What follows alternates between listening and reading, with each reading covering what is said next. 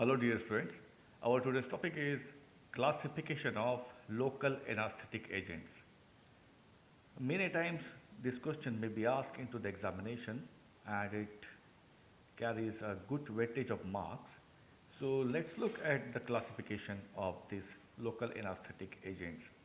The local anesthetic agents are classified into six classes. The class number one is amino esters. As the name indicate, they consist of presence of an amino group and the functional moiety ester. So let's look at the example. This is the example number one, which is called as benzocaine, and the next example is of procaine. So if we look at both of the structure, we will find them to follow the general formula ArCOOR. Here also we have ArCOOR. So COOR is the formula for the esters. So that's why this both of the compounds are supposed to belong to esters category. And the amino group here simply stands for the presence of this amino group over here, this and this amino group. So that's why both the compounds are supposed to belong to the category of amino esters. Then class number two is the amino amides, and this is a very dominant class because this consists of a very highly used local anesthetic agents. The first example is lidocaine, which is also called as lignocaine and xylocaine. The next example is mepivacaine. So dear student, if we look more closely, we again find the amino groups as this amino group and this amino group. And the amide correspond to this RCONH. So whenever we have RCONH, the category is called as amides. Here also we have this carbon being part of the alkyl group, so R, CO and NH. So that's why these compounds are supposed to belong to the category of amino amides. The next category is class number 3, the amino ethers. So if we have the basic knowledge of organic chemistry, then it is very easy for us to predict the kind of structure present in this class. We have one example from this category in our syllabus, as per the PCI syllabus concerned. The compound is called as pramoxine. So dear student, this pra here stands for presence of this propyl group, and the oxine stands for presence of this morpholine ring over here. The amino correspond to presence of this nitrogen of morpholine ring, and this ether correspond to AROR. So ROR or AROR, these are the general formula for the ethers.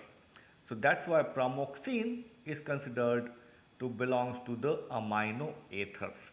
The next class is the amino ketones. So from here we have the example of diclonine. So dear student, once again this amino here stands for presence of this nitrogen, which is part of this piperidine ring, and this ketone stands for AR, that is aromatic ring attached with the carbonyl carbon, and to which we have one more carbon attached on this carbon. So this ARCOR, this is the formula for the ketones, and due to presence of this nitrogen, we have the amino function over here. So that's why the category is called as amino ketone. And with the substituents of this butoxy group over here, this compound is considered as diclonine. The next class is class number 5th, and it is called as the alcohols. Alcohols have the simple formula ROH. So dear students, from this category we have two examples in our syllabus. The first example is menthol and benzyl alcohol. So the menthol has the cyclohexane ring attached with a methyl group over here and isopropyl group over here, and a hydroxy group adjacent to the isopropyl group. So this compound is called as menthol, and though this correspond to this ROH, it is considered to be alcohol.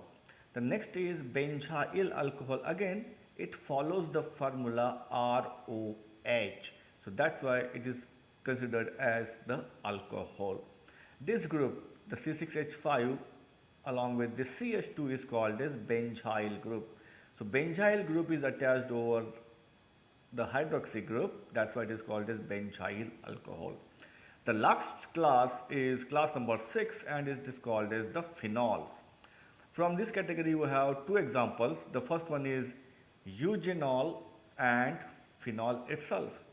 The eugenol is obtained from the clove as a clove oil, and due to presence of this hydroxy group attached with this benzene ring directly, this is called as the derivative of phenol.